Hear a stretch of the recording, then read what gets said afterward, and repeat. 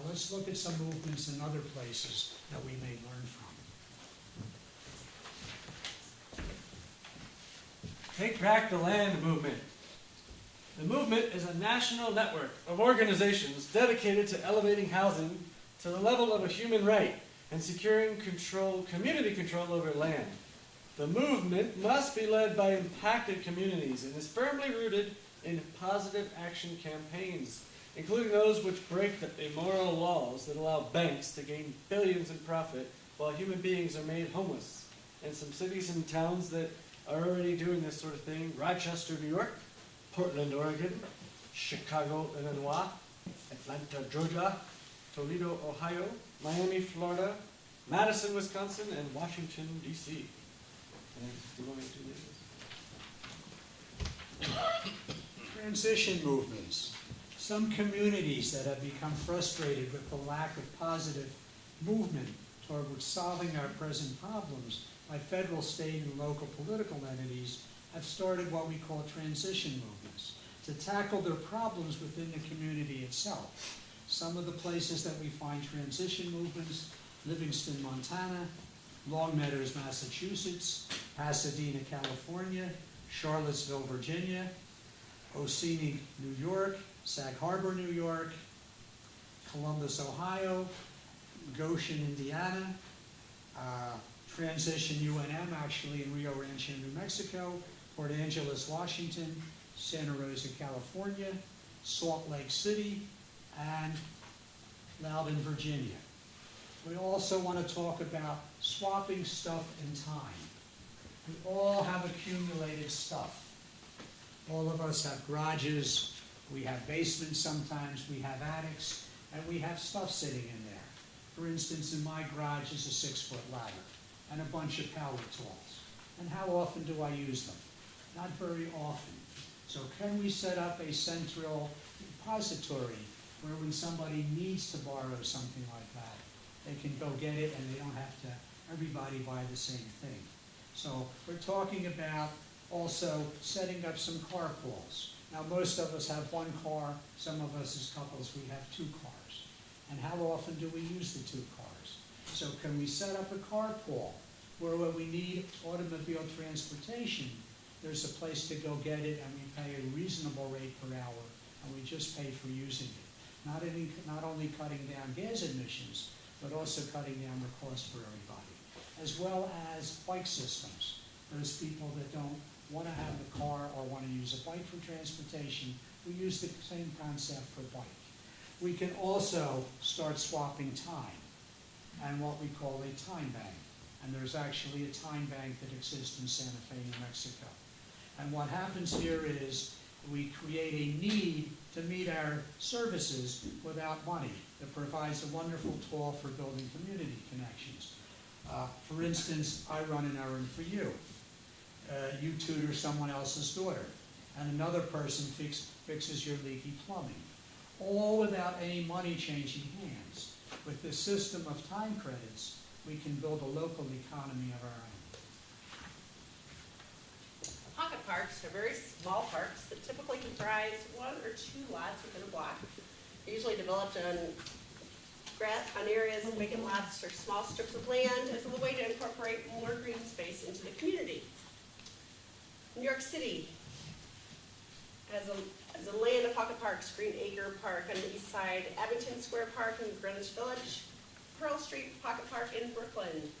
Across the U.S., we can find pocket parks, lovely places to read a book, have some lunch, in Governor's Park in Versailles, Kentucky, Levi Strauss Plaza in San Francisco, Torrey Hills Park in San Diego, First Murphy Park in Carmel, California, Blue Triangle Pocket Park in Indianapolis, Indiana, Denton Pocket Park in Harrisonburg, Virginia, and Pasadena, California. Great. Youth programs.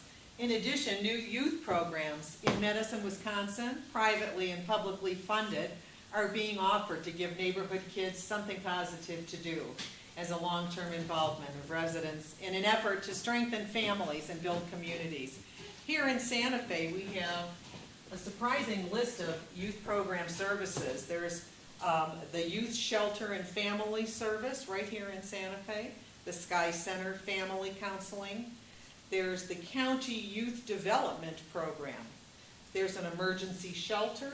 Girls Inc. is a national nonprofit that inspires girls. There's a residential treatment for adolescent boys who have alcohol or chemical dependency issues. There's a youth drinking driver visitation program that's addressing the issues of underage drinking and driving. But there are positive things too that are focused on things like Warehouse 21, our educational, cultural, and entertainment center for youth here in Santa Fe. Another concept is to create neighborhood circles of support that bring together people of lower incomes or on welfare that want support to move forward and help increase their resources in terms of money, friends, and meaning in life. Target audiences could include those that need such support networks as single parents, refugees, high foreclosure rates, low income, and other marginalized groups. It's already being done, folks.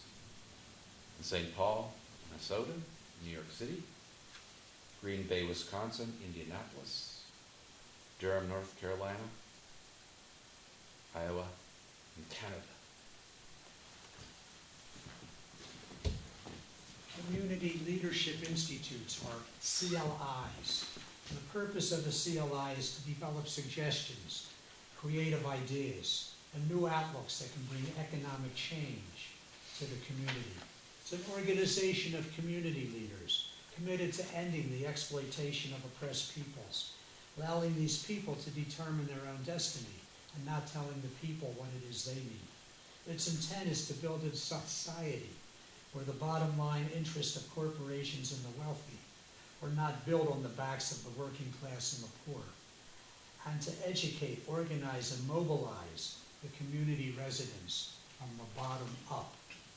Places where we find community leadership institutes: the Community Labor United, or CLU, in New Orleans, Empower DC in Washington, DC, Houston, Texas, Sacramento, California, Orlando, Florida, Kansas City, Missouri, Louisville, Kentucky, Milwaukee, Wisconsin, San Jose, California, and Chester, Pennsylvania.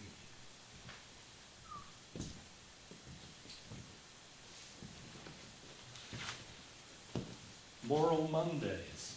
These are protests which were first organized this past April by William Barber, president of the North Carolina NAACP. They've been taking place in Raleigh every Monday in response to conservative takeover of the state politics. The protesters encompass wide-ranging groups of mostly North Carolina citizens crossing over racial lines, class lines, gender lines, and labor lines. And within a few weeks, crowds of protesters often grew to more than 10,000 strong. These protests are characterized by the engagement in acts of civil disobedience, from entering the state legislature building and then being peacefully arrested. The purpose being to draw attention to politicians responsible for the slashed unemployment compensation for 170,000 people, increasing taxes on the poor and middle class while cutting them for the wealthy individuals and large corporations, turning down federal Medicaid funds for 500,000 residents, enacting harsh anti-abortion legislation, and severely cutting education funds, and adopting the nation's strictest voter suppression laws. One of the best local things that we can do is to support our local businesses. And we support them and they support us. So I looked at different businesses and what they were doing in our community and how we can help them and how they can help us. One benefit to keeping business local, besides the tourism business that we're all aware of in Santa Fe, is is that these businesses source their products and services with local people and local goods. This helps the environment, as I mentioned a little bit earlier, because there's less distance that happens between the origin of a good and its destination. It helps to maintain the local flavor and culture by using local people and personnel. It creates neighborhoods, either around a business or for the workers that work in the business. It gives the city tax funds.